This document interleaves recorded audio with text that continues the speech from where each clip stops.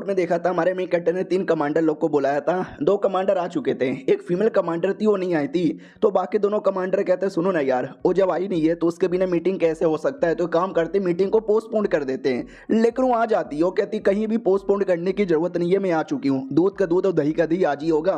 और सोचा क्यों ना आने से पहले गिफ्ट लेकर आ जाऊँ। हमारा मेन कैरेक्टर भी लाइक गिफ्ट, क्या गिफ्ट लेकर आई है भाई, बड़ा सा ताबूत लेकर आती है और कहती मैं यानी फांग फाइंग शाऊ आपके लिए गिफ्ट लेकर आई हूँ, आई होप आपको गिफ्ट पसंद आएगा। और बड़े बदतमीज तरीके से वो ताबूत उठा के फेंक देती है, कहती भी है आई होप आपको ये गिफ्ट पसंद आया होगा। हमारा मेन कट्टा भी कहता हो गिफ्ट के लिए शुक्रिया। बाकी दोनों कमांडर को देख के मज़ा आता है कि हम दोनों तो भाई शरीफ लोग हैं, कुछ भी बदतमीजी नहीं करते। लेकिन मैडम जी बड़ी एटीट्यूड वाली है, देखते हैं ये लौंडा उनका एटीट्यूड संभाल पाता है कि नहीं संभाल पाता। अगर वो भी नहीं संभाल पाया तो लालत है इस लौंडे पे। हमारा मेन कट्टा मुस्कुराने लगता है और कहता है गुड गुड गुड, क्या गिफ्ट तुमने दिया है, अब मुझे भी कुछ ना कुछ तो रिटर्न गिफ्ट देना चाहिए ना। वो लोग डाउट में आ जाते हैं रिटर्न गिफ्ट का दोगे।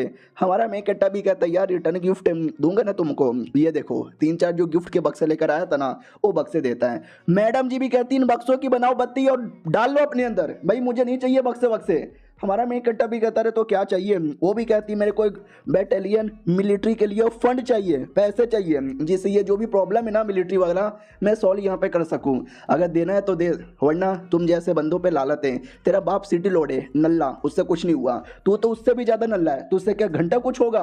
बाकी सभी कहते हो मैडम जी थोड़ा एटीट्यूड में बात मत करो यार, अभी अभी इन्होंने 1 लाख निकाल के दिया था, जो हमसे 3 गुना ज़्यादा लगान मांगा जा रहा था ना, तो सारा लगाने का प्रॉब्लम इन्होंने सॉल्व कर दिया। अब तू चाहती है कि मिलिट्री का फंड भी यही दे दे, अरे यार इतना पैसा इनके पास कहाँ से आएगा। वो भी कहती मुझे नहीं मालूम, मुझे नहीं मालूम, इसका बाप सिटी लॉर्ड है, ये उसका बेटा यंग सिटी लॉर्ड है, अगला सिटी लॉर्ड यही बनेगा। जब ये साले फंड की जिम्मेदारी ले ही नहीं सकते तो सिटी लॉर्ड का बेटा क्यों है, नुन्नू कटवा के गे बनना, निकल यहाँ से, बड़ा आया। लड़का भी कहता कमॉन यार ये कुछ ज़्यादा आपने नहीं बोल दिया, नुन्नू कटवा लो, ऐसा नहीं बोलना चाहिए। हमारा मेन कट्टा भी कहता है टेंशन क्यों लेते हो, पैसे चाहिए ना मिलिट्री के लिए, है मेरे पास पैसे, ये लो, इतना बोल के 2-3 छोटे छोटे पुड़िया फेंक देता है जिसमें 2-4 स्पेशल स्टोन थे।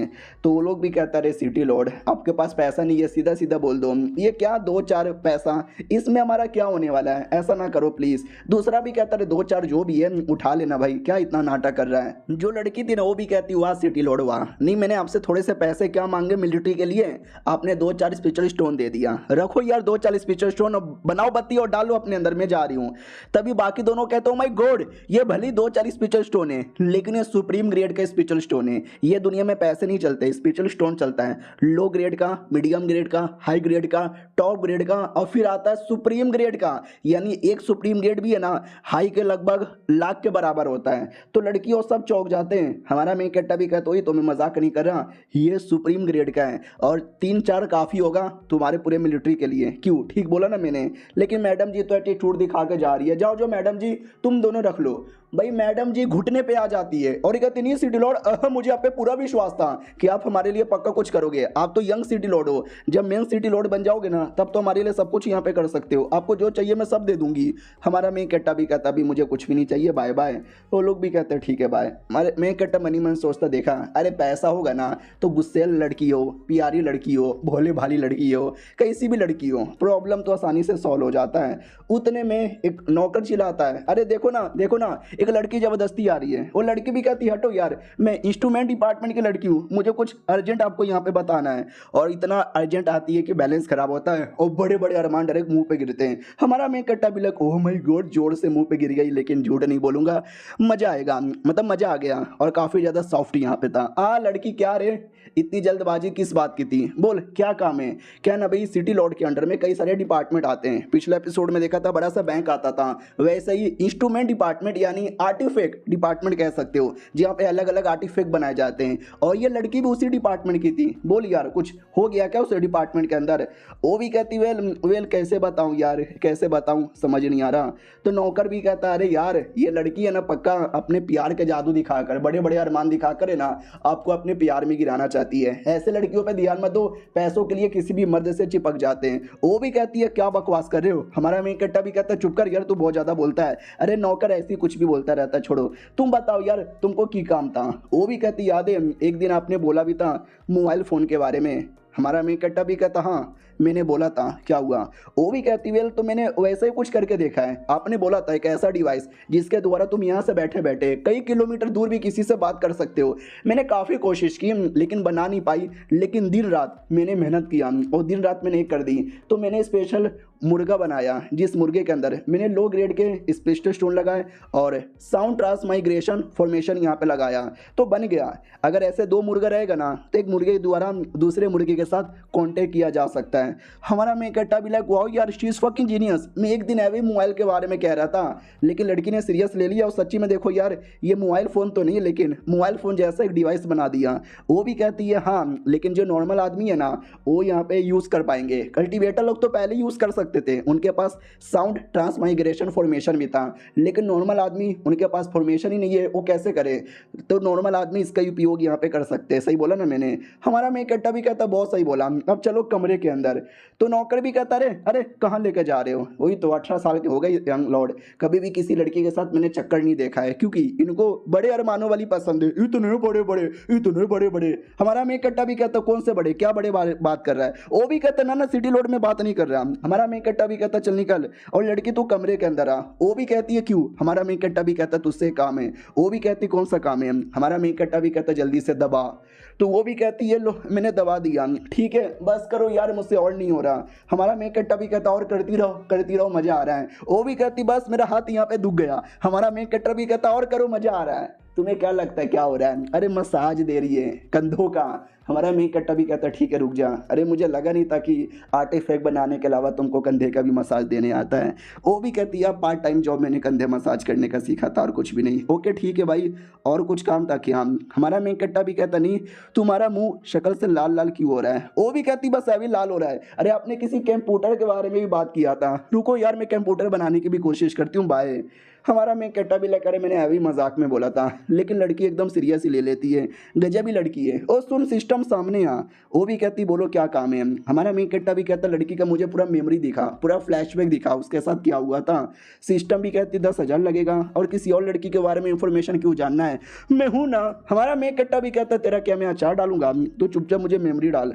वो भी कहती ओके ठीक है चलो मेमोरी के अंदर लिटरली फ्लैशबैक में ले जाकर उसको छोड़ देती है, ये कहो पटक देती है। हमारा मैं कट्टा भी लग के तेरी माँ का ये कौन सा तरीका हुआ भाई फ्लैशबैक में लाने का? और तभी वो लड़की दिख जाती है, छोटी सी थी 5 साल की, जो चिल्लाते चिल्लाते आती है कि मम्मी पापा भैया हमारे गांव में एक इमोर्टल कल्टीवेटर आए हैं, अब वो सारा प्रॉब्लम दूर करके गांव वालों को बचा लेंगे, ये हमारी दुनिया बच जाएगी। हमारा मैं कट्टा भी देखता हूँ जब वो छोटी थी ऐसा लगता किसी किसान के घर पे पैदा हुई थी और छोटे से गांव से बिलोंग करती थी और उनके गांव में कोई कल्टीवेटर आया है। लेट्स सी वो कल्टीवेटर क्या करता है। और गांव वाले खुश हो जाते हैं, वो कहते कल्टीवेटर आ गए, कल्टीवेटर आ गए। बोले ना कल्टीवेटर जी हमारे यहाँ पे बड़ा प्रॉब्लम है, बारिश नहीं हुआ है, ज़मीन पूरा सूखा पड़ गया है, हम गरीब लोग कुछ करो ना कुछ करो ना। और कल्टीवेटर पूरा एटीट्यूड वाला। हमारा मैं कट्टा भी लग साले कल्टीवेटर अपने आप को सबका पापा यहाँ पे समझते। वही तभी बच्ची का परिवार आता है। हमारा मैं कट्टा भी कहीं ऐसा तो नहीं है, वो कल्टीवेटर बच्ची को अपना डिसाइपल बनाता है और आर्टिफैक्ट बनाना सिखाता है। हाँ मुझे तो लगता है ऐसा ही हुआ होगा। तो आदमी वाकई में बच्ची को देखता है और कहता है वाह लड़की तुम तो काफ़ी टैलेंटेड लग रही हो, मैं क्योंग फेंग सेट का मेंबर हूँ, मेरी डिसाइपल बन के कल्टीवेशन करोगी क्या मेरे साथ? तुम बड़ी टैलेंटेड मुझे यहाँ पे लग रही हो, मैं तुम्हें जो चाहिए वो सब यहाँ पे दिला दूंगा, तुम एक जीनियस बनोगी जीनियस। वो भी कहती है शुक्रिया लेकिन हमें हमें हमें वो सब नहीं चाहिए, मुझे कल्टीवेशन नहीं करना, मुझे जीनियस नहीं बनना। मेरे घर वाले मेरे दादा बहुत पहले मर गए थे खेती करते करते, क्योंकि वो अपने हाथों से खेती करते थे। हमारे पास कोई बैल नहीं है, अगर आप बैल दे दोगे तो सही है, और ज़मीन भी नहीं है, हम किसी और के खेत पे खेती करते हैं और जितना भी खेती होता है ना उसका 90% वो लोग ही ले लेते हैं। तो क्या आप हमको एक खेत यहाँ पे दे देंगे? वो भी तो वो कोई रिस्पॉन्स नहीं देता कल्टीवेटर। तो ये भी कहती है काम करो, आप खेती नहीं दोगे तो कम से कम एक गाय दे दो, हम दूसरे के खेत पे कर लेंगे, लेकिन वो तो भी रिस्पॉन्स नहीं देता। तो ये भी कहती है अरे आप कुछ बोल क्यों नहीं रहे? अच्छा गाय भी नहीं दे सकते, हमारे गाँव में 6 महीने से बारिश भी नहीं हुआ है, नदी का पानी भी सूख रहा है, तो प्लीज़ यार बारिश करवा दो ना। अब ये सुन के वो कमीना भड़क जाता है। वो भी कहता है मैं इस बच्ची को कल्टीवेशन करवा रहा हूँ और ये मेरे से फालतू काम करवा रही है। ये ले बच्ची लिटरली उसको अंधा बना देता है और रोने लग जाती है। हमारा मेन कट्टा भी देखता है अरे यार कितना हरामी आदमी है साला।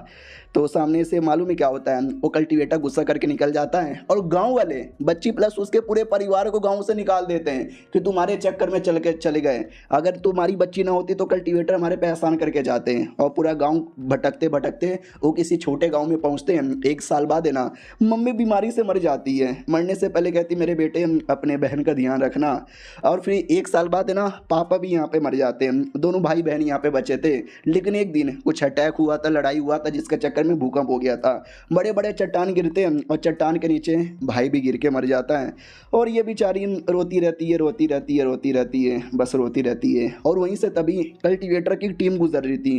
वो लोग भी देखते हैं कि दुनिया बड़ी कमीनी है, दुनिया बड़ी हरामी है, वो कभी भी मासूम लोग के चैन से जीने नहीं देती। चलो बच्ची मेरे साथ। तो एक बूढ़ा आदमी था जो आर्टिफैक्ट बनाना जानता था, तो वो अपने सेट में ले गया, उसको अपना डिसाइपल बनाया और उसको आर्टिफैक्ट वगैरह बनाना सिखा दिया। और याद है ना, कमीने कल्टीवेटर ने उसको अंधा कर दिया था, लेकिन इस बुढ़े ने उसको ठीक भी यहाँ पे बना दिया। जिंदगी नॉर्मल चली रही थी, लेकिन नॉर्मल कभी जिंदगी होती ही नहीं है। वो जो बूढ़ा था ना, वो एक आर्टिफैक्ट मास्टर था, तो वो लड़ाई वड़ाई करना नहीं जानता था, उसको लड़ने बिल्कुल भी नहीं आता था। इसके लिए ना सेठ में उसकी बिल्कुल भी इज्जत नहीं थी। तो एक दिन मालूम है क्या हुआ था, सेठ वालों ने उसको भी धक्के मार के निकाल दिया। तो वो अपनी बच्ची के साथ वहाँ से चल गया था और कहता सुनो, मैं बूढ़ा हो चुका हूँ, मैं बस 2-4 दिन का मेहमान बचा हूँ। हमारे पड़ोस में एक सिटी है, उस सिटी के अंदर इंस्ट्रूमेंट डिपार्टमेंट नाम का एक डिपार्टमेंट है, जहाँ पे हम जैसे आर्टिफैक्ट मेकर की बड़ी इज्जत होती है। मेरे मरने के बाद तुम वहाँ पे चल जाना। तो उनके मरने के बाद वो डिपार्टमेंट में आ गई थी, जहाँ पे वो करंटली काम करती है और जिसका मालिक हमारा मेन कटर है। तो यही पूरी फ्लैशबैक था जो कि हमारा मेन कटर यहाँ पे देख लेता है और कहता है वो शिट यार, वो तो वाकई में बेचारी ने अपनी ज़िंदगी में बहुत सारी चीज़ यहाँ पे झेला है। कल्टीवेशन भी कितनी अजीब चीज़ है ना। लड़की भी कहती है यार, कई लोग करने के लिए मरते हैं और कई लोग आसानी से करते हैं, लेकिन तो भी उनको कदर यहाँ पे नहीं होती। लेकिन क्यों ना ये प्रॉब्लम को आप सॉल्व करो, क्यों ना भाई दुनिया में जैसे बच्ची ने सहा वैसा कोई और ना सहे, ऐसा कुछ करो। हमारा मेन कट्टा भी कहता हुआ राइट ब्रो, दुनिया हिला देंगे हम, दुनिया बदल देंगे हम। मैं करूँगा सब कुछ, मैं लाऊंगा डेमोक्रेसी, मैं लाऊंगा साइंस, मैं लाऊंगा फ्रीडम, मैं लाऊंगा मियाँ खलीफा। वो भी कहती क्या बात कर रहे हो सच्ची में। हमारा मेन कट्टा भी कहता नहीं, लास्ट वाली लाइन निकालो, बाकी सब कुछ यहाँ पे आ जाएगा। उतने में उसके 2 दोस्त आते हैं और कहते हैं हाँ, मुन्नी भाई के कोठे पे चलेगा क्या उसका डांस देखने। हमारा मेन कट्टा भी कहता है क्या बातें कर रहे हैं, सच्ची मेले में आ रहा हूँ। लड़की भी लग हाँ, कोठे पे जाने वाला आदमी ये लाएगा भी दुनिया के अंदर डेमोक्रेसी। हाँ जी, कद्दू का डेमोक्रेसी। उतने में क्या बोलते हैं, क्या एक नया नया बार ओपन हुआ था जिसमें कमाल कमाल की लड़कियां डांस करती है, एक से बढ़कर एक दारू मिलता है और हो सके तो आपके साथ रात भी गुजारेगी। आइए आइए, पक्का आइएगा। हमारा मैं कट्टा भी देखता हूँ, माय गॉड यार, या मैं इसके बारे में कैसे भूल सकता हूँ। हमारे शहर का सबसे बेस्ट पेविलियन ओपन होने वाला है, आज रात को वहीं पे जाऊंगा। तो ये इतनी जल्दी में था, इतनी जल्दी में था, इतनी जल्दी में था कि आगे से एक लड़की आती है, उसके छाती से टकराता है, माथा टूट जाता है और ये लौंडा नीचे गिरता है और कहता मैया रे किससे टकरा गया यार, लगता है किसी लड़की का छाती था। लेकिन लड़कियों को तो बड़े बड़े होते हैं, आरामदायक होता है, गद्दा गद्दा होता है, लेकिन ये किसका था भाई? हाँ, बिल्कुल भी गद्दा नहीं था, माथा फट गया रे, ऐसा लगता है पत्थर से टकराया। हाँ, तो लड़की थी जो उसकी दूर की चाची थी। याद है एपिसोड 1 के अंदर एक लड़के ने काफ़ी बदतमीजी की थी, तो हमारे मेन कट्टा के नौकर ने उसको सबक सिखाया था। ये उसकी माँ थी और ये दुनिया में 2 चीज़ों को बड़ा हेट करती है। सबसे पहले ऐसी लड़कियाँ जिनके बहुत ही बड़े बड़े हैं, क्योंकि मैडम जी के खुद के छोटे हैं ना, तो किसी और के बड़े देखते हैं तो गुस्सा आ जाता है। और सेकंड है हमारा मेन कटर, तो ये भी कहती हुआ यार क्या नसीब है रे साली। वो भी कहता अरे मैडम जी, आंटी जी, अरे अरे क्या बोले, मैं आपको पहचान ही नहीं पाया, सॉरी गलती से टकरा गया, गुस्सा यहाँ पे मत करो। और प्लस आपके कितने छोटे छोटे थे, लेकिन मैं टकराया कैसे और इतना माथा कैसे दुख रहा है, क्योंकि उसने अपने अरमानों के बीच में लिटरली बहुत ही मोटा सा कुछ लगा के रखा था ताकि बड़े बड़े लगे। और हमारा मेन कटर उसी से टकराया था, तभी तो इतना चोट लगा और टकराने के चक्कर में नीचे गिर जाता है। तो वो भी कहती है साले, एक तो पहले तूने मेरे बेटे का अपमान किया और पब्लिकली अब तूने जाके मेरा भी अपमान कर दिया, अब मैं लूंगी दोनों अपमान का बदला। तुझे अरेस्ट किया जाता है, साथ ही वो अरेस्ट कर लो। हमारा मेन कट्टा भी कहता है अरेस्ट कर लो। अब एक इस बात का अरेस्ट कर लो, मैंने कोई क्राइम व्राइम तो नहीं ना किया है। वो भी कहती है तूने क्राइम यहाँ पे किया है और मेरी ओर से अरेस्ट वारंट है, अरेस्ट कर। हमारा मेन कट्टा भी लग मैया ने मेरे पीछे पड़ा है, सिस्टम भी कहती हो आपको हेल्प चाहिए मैं कर दूंगी, बदले में 10,000 लगेगा। तो हमारा मेन कट्टा भी कहता भाड़ में जा, मैं तुझे फूटी कौड़ी भी नहीं दे रहा, मैं अपने आप को अच्छे से बचा लूंगा। इतना बोल के हमारा मेन कटर है ना कुछ निकाल लेता है और कहता है ये देखो मेरे पास क्या है, तुम आगे आएगी ना तो मैं फोड़ दूंगा। वो तो भी आगे आते हैं। हमारा मेन कट्टा भी कहता रुक जा, मैं फोड़ दूंगा सच्ची में। तो मैडम जी भी कहती है एक सेकंड लेकिन भाई उसे तो हेवन थंडर बॉम्ब बोला जाता है, जो आइटम बॉम्ब का छोटा भाई है। वो फटेगा तो आधा से ज्यादा गांव बर्बाद हो जाएगा। अबे तू पागल वागल है क्या? अबे तू इतना बड़ा बम कैसे यूज कर सकता है? नहीं करेगा, बस ये डराने के लिए नाटक कर रहा है। सुन बे लड़के, बम को जल्दी से वापस रख दे, वरना मेरे से ज्यादा बुरा कोई भी नहीं होगा। हमारा मेन कट्टा भी कहता, मैडम जी मैं मजाक नहीं कर रहा, अगर आपने गलती से भी अटैक कर दिया ना तो मैं बम को यहाँ पे फोड़ दूंगा, फिर पूरा गांव मरेगा। तो बम को लेके आगे बढ़ता है। मैडम जी आगे से आगे बढ़ती हैं, फिर दोनों आपस में टकराने वाले थे। मैडम जी भी कहती है रुक जा साले, तू सच में बम फोड़ देगा क्या? अबे बम मत फोड़, अरे जान बचाओ, अब भागो यहाँ से। ओ माय गॉड, काफी दूर आ जाती है, प्रोटेक्शन लेयर बना लेती है और कहती बम फटेगा ना तो ये प्रोटेक्शन लेयर भी बचा नहीं पाएगा। फक यार, ये लौंडे ऐसा ना कर।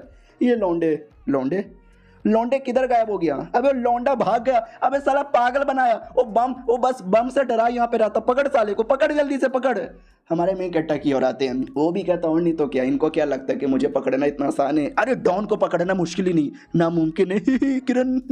तो सामने से वो एक और लड़की आती है कमांडर, और हमारा मेन कट्टर उससे भी टकराने वाला था, लेकिन मैडम जी उठा के पटक देती है और उसके ऊपर बैठ जाती है। वो कहती बोल साले, बोल बोल, मेरे पे अटैक कर रहा है। अबे तुम तो सिटी लॉर्ड हो यार, मैं पहचान नहीं पाई। हमारा मेन कट्टा भी कहता कमांडर तुम हो। पीछे से आंटी जी आती है और कहती है कमांडर नाइस जॉब, अच्छा हुआ कि तुमने उस कमीने को पकड़ लिया, मेरे हाथों से बच के भाग रहा था।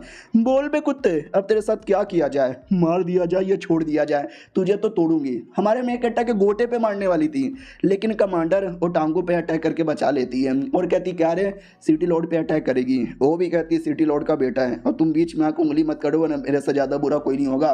कमांडर थप्पड़ मार देती है और कहती ले तेरे से ज़्यादा बुरा कौन क्या नहीं होगा। अब ये हावरेन सिटी के यंग लॉर्ड है, समझी कि ना समझी? खबरदार, मेरे रहते भर में तू हाथ भी नहीं उठाएगी। और ये चैप्टर यहीं पे ख़त्म हो जाता है। मिलते हैं किसी और वीडियो में, जब तक के लिए बाय बाय।